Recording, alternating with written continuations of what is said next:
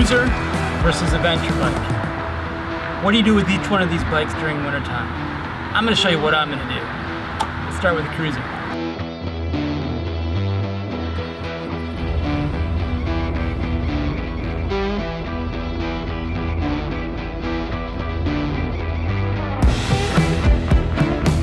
I've had this bike now for 3 months. It's fun to ride, but since I got the twin, I haven't been riding it very much. It's still a lot of fun to ride. Now, when I had my Sporty back in 2017, when I first started riding it, I rode straight through the winter. Didn't even have a notion of stopping because I was in love with riding. I was bitten by the bug and I didn't want to stop riding. I sprayed anti-corrosional spray ACF 50 all over it, and I just kept riding. Boy, was that fun. I'm not going to do that with this bike. There's a lot of nasty shit in the stuff that the city sprays all over the roads to prevent cars from sliding all over the place. So what I'm going to do with this Low Rider S is I'm going to put him to sleep during the winter. Hibernation. This big bear is gonna hibernate. Oh yeah.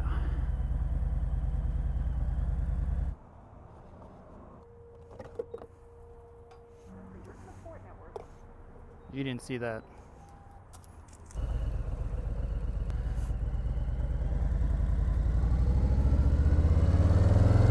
Oh yeah. Now that I'm past break-in, I'm actually gonna kind of miss this bike over the winter. But it's absolutely necessary to put her into hibernation. Why, might you ask? Well, first of all, while this is a great bike, lots of power, fun in the twisties, great commuter to work, looks sexy as hell.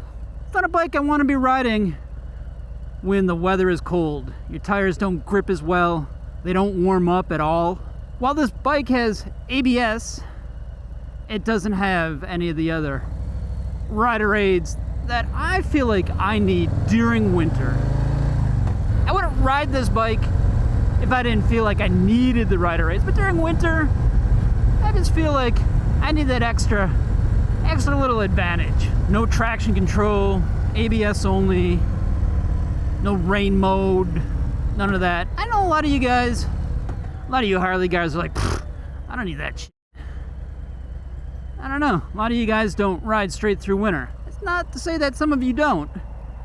I guarantee you, a lot of you guys are doing the same thing I am right now with this bike. Still, I did ride the iron straight through the winter. Rode in the snow a few times. I mean, I've had guys on both sides being very critical, saying I'm crazy for riding, guys saying I'm badass for riding in the winter on that bike.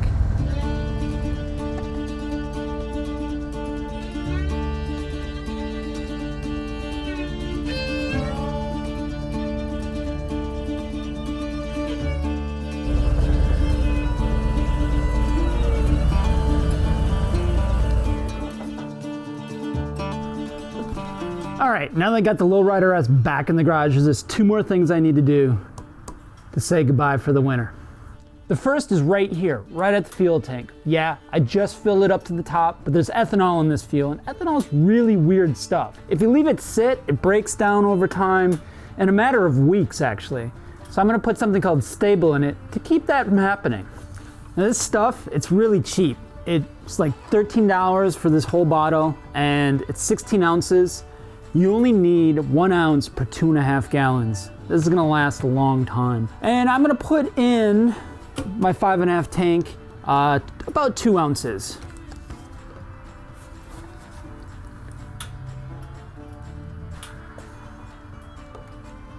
And that's about it for stabilizing that fuel. I'm gonna run the tank for about 5 minutes, and then it should be good as far as the fuel goes.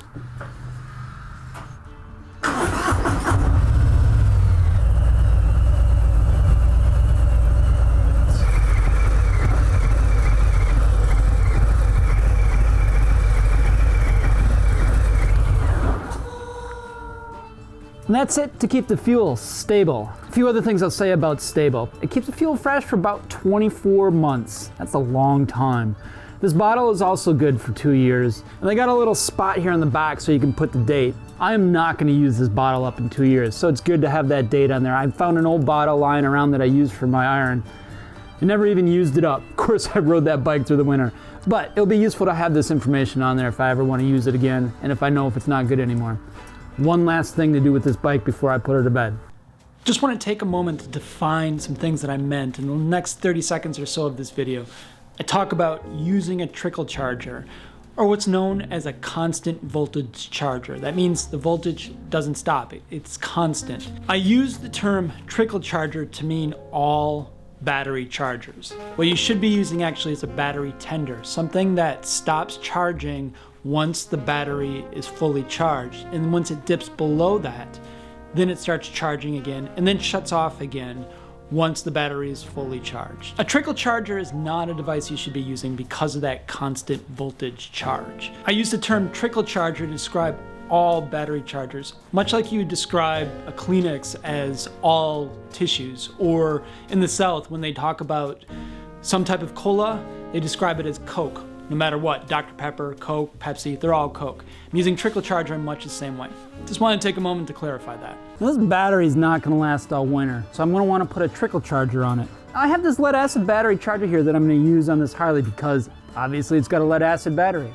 But if you have a lithium ion battery, you're not going to want to use a lead acid battery charger. Harley has also been pretty generous with the use of these SAE pigtails here. I had one in my iron, I got one in this Low Rider S. All I have to do, plug it right in, good to go. Good night, sweet prince. I now have the Africa Twin. It's a versatile bike that can do a lot of things in a lot of different riding environments. So I've decided to go car free. Let's talk about what that looks like.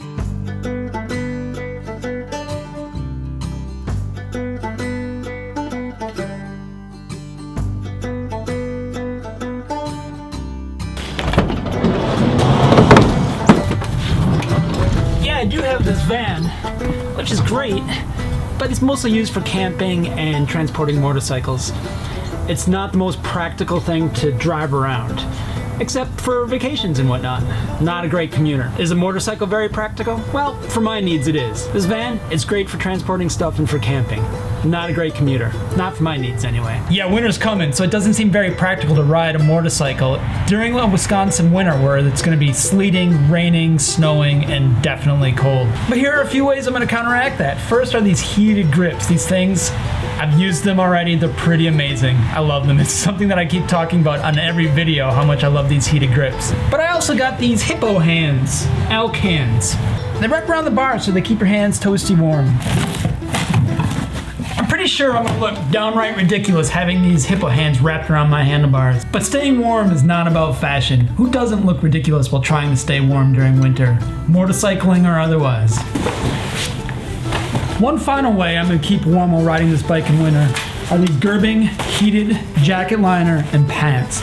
Now, I don't have the wiring for this yet, so I can't test it out, but every review about these say they keep you nice and warm. Now, on all my motorcycle adventures, I've never used any heated gear except for the gloves that I used on the Route 66 trip.